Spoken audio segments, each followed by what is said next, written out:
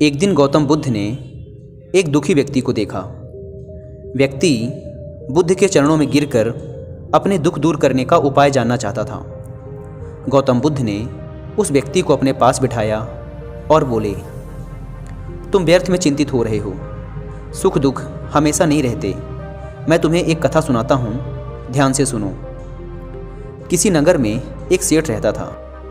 वह बड़ा ही उदार और परोपकारी था। उसके दरवाजे पर जो भी आता था वह उसे खाली हाथ नहीं जाने देता था और दिल खोलकर उसकी मदद करता था। एक दिन उसके यहाँ एक आदमी आया। उसके हाथ में एक पर्चा था जिसे वह बेचना चाहता था। उसके पर्चे पर लिखा था, सदा ना रहे। इस पर्चे को कौन खरीदता, लेकिन सेठ ने उसे तत्काल खरीद लिया और अपनी पगड़ी के एक छोर में बांध लिया।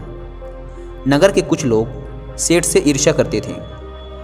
उन्होंने एक दिन राजा के पास जाकर उसकी शिकायत की, जिससे राजा ने सेठ को पकड़वाकर जेल में डलवा दिया।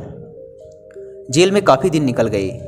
सेठ बहुत दुखी था, क्या करे, उसकी समझ में कुछ नहीं आ रहा था।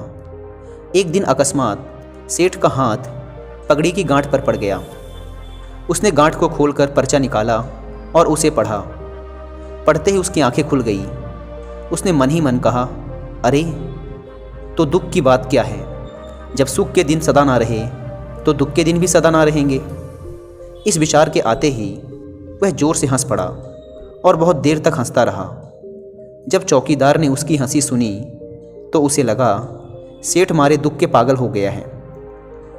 उसने राजा को खबर दी। राजा आया और उसने सेठ से पूछा, क्या बात है। सेठ ने राजा को सारी बात बता दी।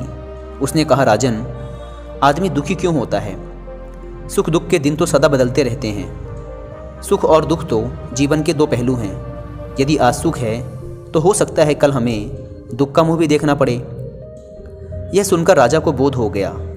उसने सेठ को जेल से निकलवाकर उसके घर भिजवा दिया।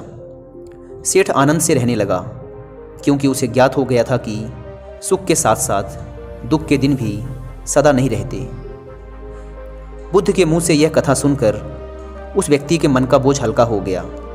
उसने गौतम बुद्ध का आशीर्वाद लिया और अपने घर की ओर चल पड़ा।